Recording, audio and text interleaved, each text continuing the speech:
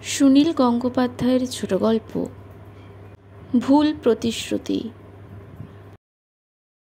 বাস থেকে নেমে দুজনে পাশাপাশি হেঁটে এলো খানিকটা। সন্ধে হয়ে এসেছে। দোকান পাটে ঝলমলে আলো। দুজনেরই কথা বলার ছিল, কিন্তু কোনো কথাই বলা হলো না। পারমিতাকে এবার গলিতে ঢুকতে হবে। সে একটু দাঁড়িয়ে পড়ে বলল, এই কাছেই আমার বাড়ি। রবি বলল, ঠিক আছে, আমি যাই তাহলে। পারমিতা বলল, আসবে আমাদের বাড়িতে, এসো না, আমার কর্তার সঙ্গে আলাপ করবে। আজ থাক, আর একদিন না হয়। কেন, এসোই না, আজই চলো। ও এতক্ষণ বাড়ি পৌঁছে গেছে। অফিস থেকে সোজা চলে আসে। সকালবেলা তো আমাদের প্রায় দেখাই হয় না। আমি ভোরবেলা স্কুলে বেরিয়ে যাই, ও তখনও ঘুম থেকে ওঠে না।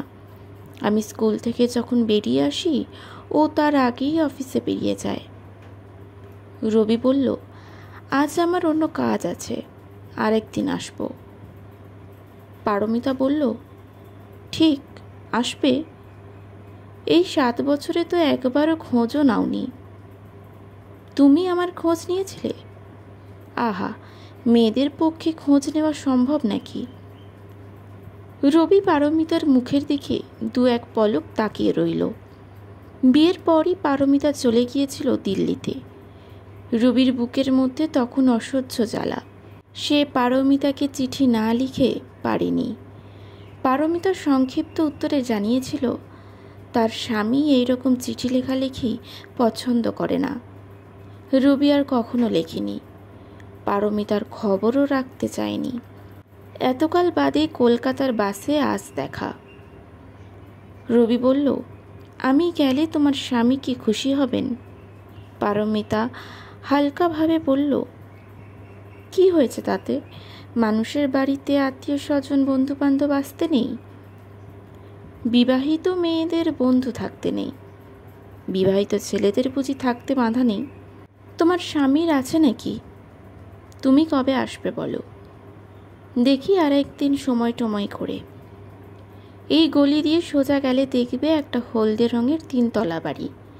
আমার 3 তলাতেই থাকি। ফ্ল্যাট বাড়ি, সোজা উপরে উঠে যাবে, কারোর কিচ্ছু জিজ্ঞাসা করার দরকার নেই। আচ্ছা, মনে থাকবে, চলি।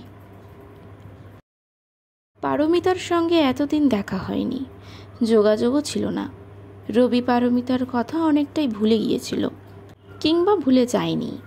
স্মৃতির উপর জমেছিল কুয়াশা। সেই কুয়াশা সরে গেল আবার। সেদিন দেখা হবার পর থেকেই রবির বুকের মধ্যে সব সময় জলজল করতে লাগলো পারমিতার মুখ। এই কবছর পারমিতার চেহারা বিশেষ কিছু বদলায়নি। এক সময় কত রকম প্রতিশ্রুতি দিয়েছিল পারমিতা। একদিন রবির বুকে মাথা রেখে বলেছিল, রবিকে সে কোনোদিনও ভুলবে না। রবি যা চাইবে পারমিতার সব দেবে। অল্প বয়সে ওরকম অনেক কিছুই হয়। কঠিন সংসারে ঢুকলে ওসব প্রতিশ্রুতি মিলিয়ে যায়। রবি পারমিতার কাছে কিছুই চায়নি।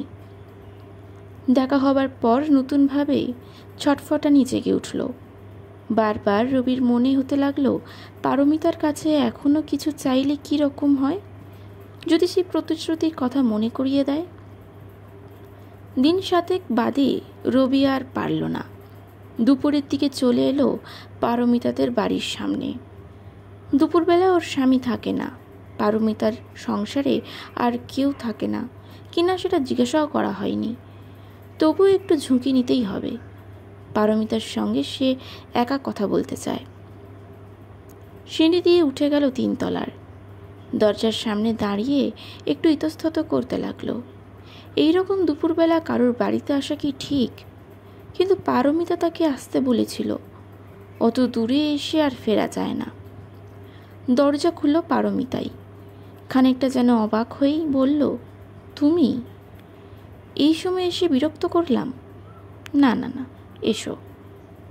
হঠাৎ ইচ্ছে হলো। আমি ভাবতেই পারিনি তুমি আসবে, এত বছর বাদে। পারমিতার বসার ঘরখানি বেশ সাজানো গোছানো। দুজনে বসলো একটু দূরত্ব রেখে দুটি সোফায়। বোধহয় ঘুমোচ্ছিল পারমিতা। চোখ মুখে একটু একটু ঘুম লেগে আছে। চুলগুলো এলোমেলো, শাড়ি ব্লাউজ একটু শিথিল। রবির বুকের মধ্যে হু হু করে উঠল। একদিন এই মেয়েটাকে নিয়ে কত স্বপ্ন দেখে এসেছে। এখন সে উঠে গিয়ে ওকে জড়িয়ে ধরতেও পারে না, বলতে পারে না তুমি আমার, তুমি আমার, তুমি কথা দিয়েছিলে আমি যা চাইব। কিন্তু রবি বরণ এতদিন বাদে পারমিতার সঙ্গে নিরালার ঘরে বসে একটু আড়ষ্টবোধই করছিল। চোখের দিকে চোখ রেখে তাকাতে পারে না। তোমাদের বাড়িতে আর কেউ থাকে না? পারমিতা হেসে বলল, তুমি অনেক ভালো দিনই এসেছ।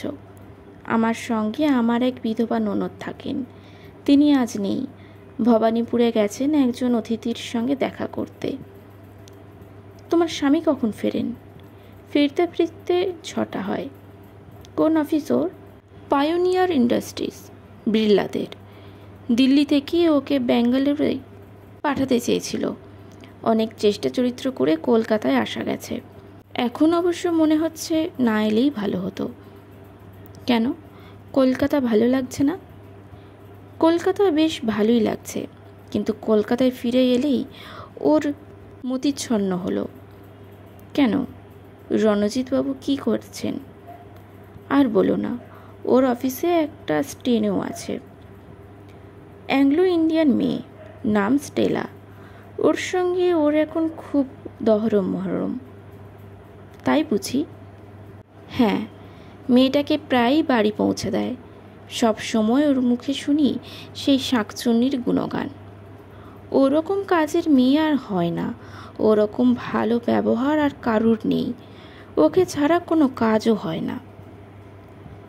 তোমার খুব হিংসে হয় বুঝি?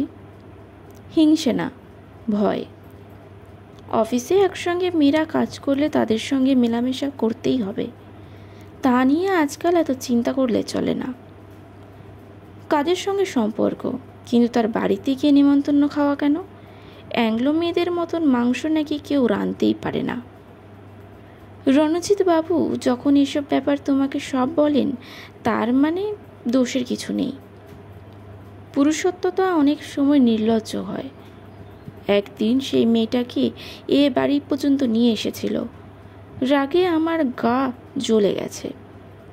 রবি চুপ করে গেল। পারমিতা বলল, সেই মেয়েটাকে তো আমি দেখেইছি। রংটা একটু ফর্সা হলেও চোয়ারে চোয়ারে চেহারা। এইরকম মেয়েদের দেখেও পুরুষেরা কিসে মুক্ত হয় বলতে পারো? রবি আর কিছু না বলে চুপ করে শুনে যেতে লাগলো। এক সময় তার খেয়াল হলো, এতদিন পরে দেখা সত্ত্বেও পারমিতা তার সম্পর্কে একটা কথাও জিজ্ঞাসা করেনি। সে খালি তার স্বামীর আর অ্যাংলো মেয়েটির কথাই বলে যাচ্ছে। রবি আর সেই কৈশোরকালের প্রেমিক নয়, সে যে কোনো একজন মানুষ। পারমিতা ঝাঁকের সঙ্গে বলল, ওই এসব করে বেড়াতে পারে আর আমার বুঝি কোনো বন্ধু থাকতে পারে না? পারমিতা উঠে দাঁড়ালো। শরীরের সবকটা রেখাগুলো জাগিয়ে আড়মোড়া ভাঙলো একবার। বুক থেকে আঁচল পড়ে গেছে। মুখে অনবরত হাসি ফুটিয়ে বলল, তুমি যে এসেছো আমার এত ভালো লাগছে। রবির মুখখানা কালো হয়ে গেছে। অপ্রত্যাশিতভাবে বলল, আমি আজ চলি। এইদিকে এসেছিলাম, তোমার সঙ্গে একবার দেখা করে গেলাম। দারুণ অবাক হয়ে পারমিতা বলল, এখনই চলে যাবে? কেন, হঠাৎ কি হলো তোমার? রবি কঠিন গলায় বলল, আমাকে যেতেই হবে, আমার জরুরি কাজ আছে। পারমিতা চেষ্টা করেও রবিকে আটকাতে পারল না। শেষ পর্যন্ত হতাশভাবে জিজ্ঞাসা করল, আবার কবে আসবে? কাল কিংবা এই সোমবার? সেই দিন কেউ থাকবে না। রবি বলল, আর আসতে পারবো না, আমি দুর্গাপুরে একটা চাকরি পেয়েছি, 2 দিনের মধ্যেই চলে যেতে হবে। পারমিতার কাছ থেকে ভালোভাবে বিদায় না নিয়েই রবি বেরিয়ে পড়ল। একবারও পেছনে ফিরে তাকালো না। স্বামীর উপর রাগ বা অভিমান করে পারমিতা এখন অন্য যে কোনো একজন পুরুষকে তার শয্যাসঙ্গী করে নিতে চায়। রবি একসময় পারমিতার প্রেমিক ছিল।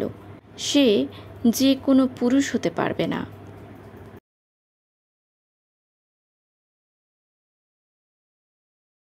নমস্কার।